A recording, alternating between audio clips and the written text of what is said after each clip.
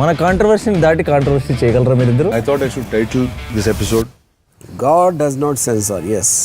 నాకు ఎందుకు సార్ బాబులు చేసేటప్పుడు ఇలాంటి మంచి కామ్ ఆఫీస్ ఎందుకు లేదు మాకు? అప్పుడు డబ్బులు లేదు. ఆనాటి పాలకులు 10 సంవత్సరాలైనా ప్రభుత్వ అధికారిక కార్యక్రమంగా కానీ లేదా తెలంగాణ తల్లి యొక్క ప్రతిమ అధికారికంగా ఇలా ఉండాలి, తెలంగాణ తల్లి అవతరణ ఉత్సవాలు ప్రతి సంవత్సరం జరుపుకోవాలన్న ఆలోచన ఏ రోజు కూడా చెయ్యలేదు. తెలంగాణ తల్లి 10 సంవత్సరాలు వివక్షకు లోనైంది. అందుకే ఈనాడు మన అస్తిత్వానికి ప్రతీకైన మన సంస్కృతి సాంప్రదాయానికి బహుజనుల నుంచి పుట్టిన ఈ ఉద్యమం బహుజనులు పిడికిలి బిగించి సాధించుకున్న తెలంగాణలో బహుజనుల యొక్క ఆకాంక్ష మేరకు తండాలలో, గూడాలలో, మారుమూల పల్లెల్లో జనబాహుళ్యంలో ఉన్న తెలంగాణ తల్లి, నాకు ఈ తెలంగాణ మాతృమూర్తిని చూసినప్పుడు చిన్నప్పుడు నా తల్లి ఏ విధంగా ఉండెనో నాకు ఈరోజు కళ్ళకు కట్టినట్టుగా ఈ తెలంగాణ తల్లి విగ్రహాన్ని చూస్తే నాకు స్ఫురించింది.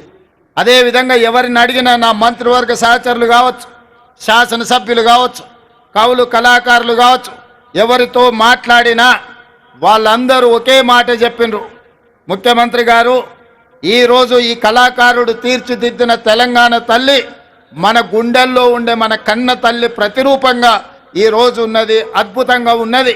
మీరు ఆలోచన చెయ్యకండి.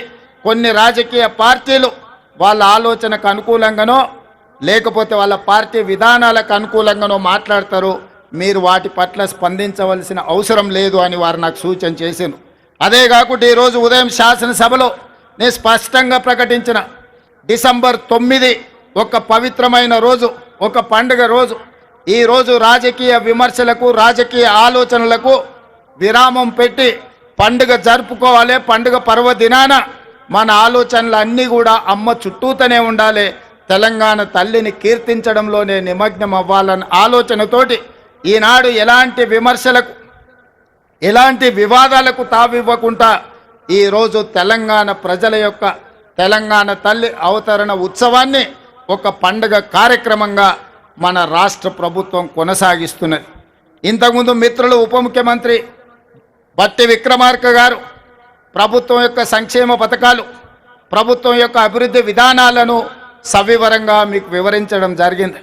ఈ అంశాలకు సంబంధించి సంక్షోభం నుంచి సంక్షేమం వైపు, అవినీతి నుంచి అభివృద్ధి పదం వైపు, ఈ తెలంగాణని విధ్వంసం నుంచి పునర్నిర్మాణం వైపు ఏ విధంగా ముందుకు తీసుకువెళ్ళాలనుకుంటున్నామో మొదటి సంవత్సరం పూర్తి చేసుకున్న సందర్భంలో భవిష్యత్ కార్యాచరణను రాబోయే రోజుల్లో శాసనసభలో విధి విధానాలను ప్రకటించడమే కాకుండా వీటి పట్ల చర్చ చేపట్టి తెలంగాణను అభివృద్ధి పదం వైపు నడిపించే బాధ్యత ఈరోజు మన ప్రభుత్వం తీసుకుంటుంది.